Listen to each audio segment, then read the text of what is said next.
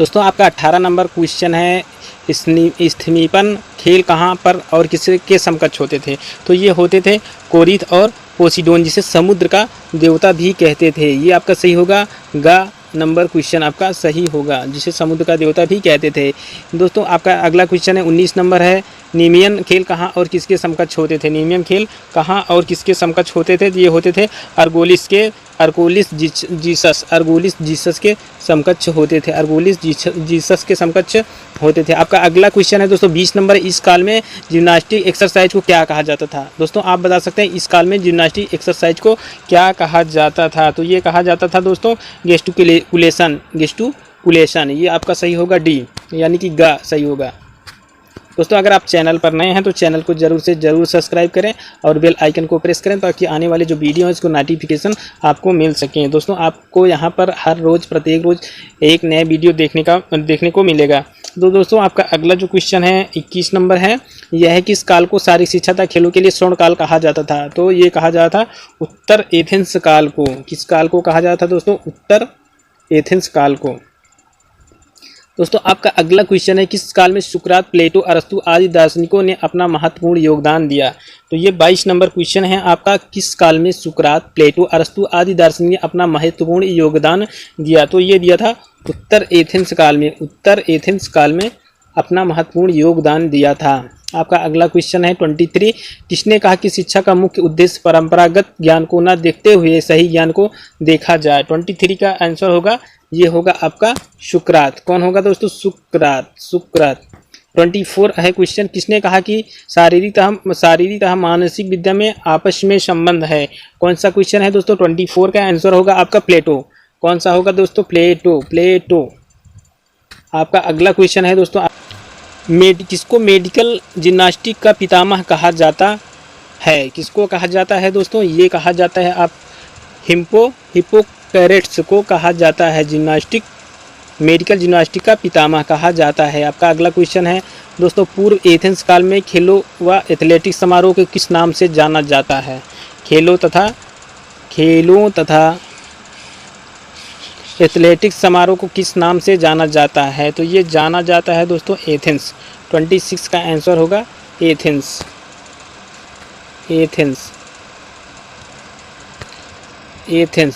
आपका अगला क्वेश्चन है, पीथियन खेल ओलंपिक आयोजन के कितने वर्ष के अंतराल पर आयोजित किए जाते थे? दोस्तों जो पीथियन खेल थे जो ओलंपिक आयोजन के कितने वर्ष के अंतराल के बाद आयोजित किए जाते थे? तो ये आयोजित किए जाते थे दोस्तों 3 वर्ष के बाद। कितने वर्ष के बाद दोस्तों? 3 वर्ष के बाद आयोजित किए जाते थे।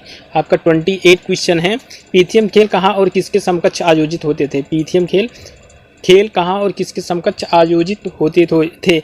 तो ये होते थे दोस्तों डेल्फी अपोलो के समकक्ष में आयोजित होते थे। ये आपका सही होगा, डेल्फी अपोलो।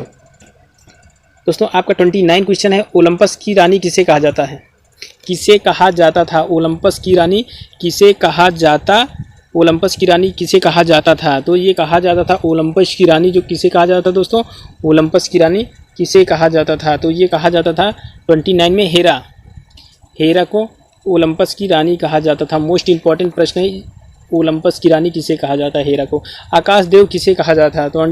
30 नंबर का क्वेश्चन है, आकाश देव किसे कहा जाता था? तो ये कहा जाता था दोस्तों आकाश देव किसे कहा जाता था? तो ये कहा जाता था दोस्तों 30 नंबर में जीएस को क्या कहा जाता था दोस्तों?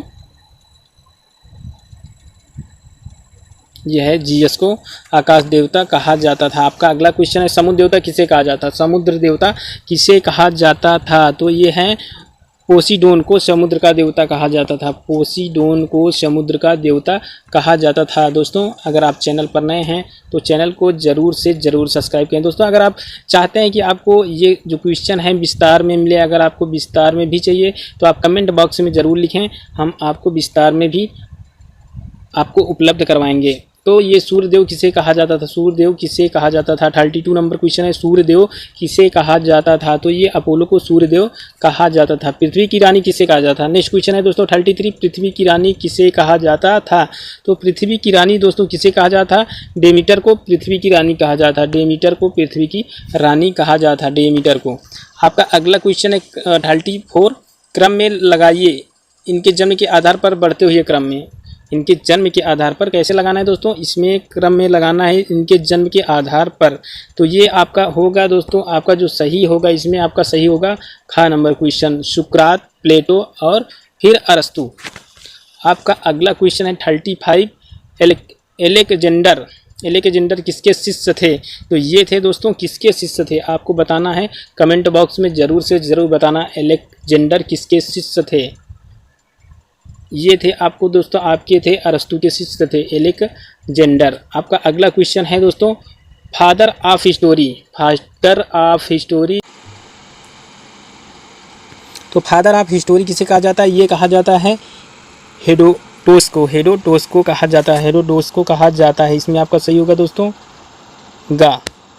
दोस्तों आपका अगला क्वेश्चन, वेदों के रचयिता वेद व्यास की वेदों की तुलना यूनान के किस गुरु से की जाती है। 37 क्वेश्चन है, 37 का क्वेश्चन है, ये है किस गुरु से की जाती है। तो ये की जाती है दोस्तों होमर से की जाती है। वेदों के रचयिता जो वेद व्यास थे उनके वेदों की तुलना किसके यूनान के किस गुरु से की जाती है। तो ये की जाती है होमर से। आपका 38 क्वेश्चन है, 800 से 900 BC में यूनान देश का गुरु किसे कहा जाता था। दोस्तों आपका 800 से 900 के BC में यूनान का गुरु किसे कहा जाता था। तो ये कहा जाता था होमर को कहा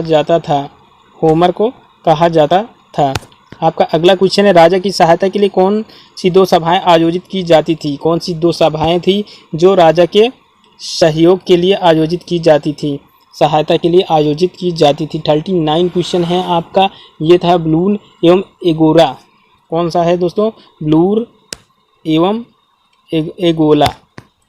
एगोरा। विस्पान द्वारा यूनान के किस दार्शनिक की मृत्यु हुई थी। विस्पान द्वारा किस यूनान के दार्शनिक की मृत्यु हुई थी। तो ये हुई थी आपकी दोस्तों एगोरा की। किसकी हुई थी दोस्तों, विस्पान के कारण। दोस्तों सॉरी, इसमें आपका सही होगा सुकरात। किसकी हुई थी दोस्तों, सुकरात की। यूनान में राजा की सहायता के लिए स्वतंत्र नागरिक सभा को क्या कहा जाता था। ये जो यूनान में राजा की सहायता के लिए स्वतंत्र नागरिकों की जो सभा होती थी उसे क्या कहा जाता था। 41 क्वेश्चन है, इसे कहा जाता था दोस्तों, इसे कहा जाता था एगोरा। आपका 42 क्वेश्चन, यूनान में राजा की सहायता के लिए सामंतों की सभा को क्या कहा जाता। यूनान में राजा की सहायता के लिए सामंतों की सभा को क्या कहा जाता था। आपका 42 नंबर क्वेश्चन है, 42 है, ये कहा जाता था दोस्तों यूनान में राजा की सहायता के लिए सामंतों की सभा को क्या कहा जाता था। तो आपका क्वेश्चन है 42 का आंसर जो होगा, 42 का आंसर होगा ब्लूर, ये आपका सही होगा का।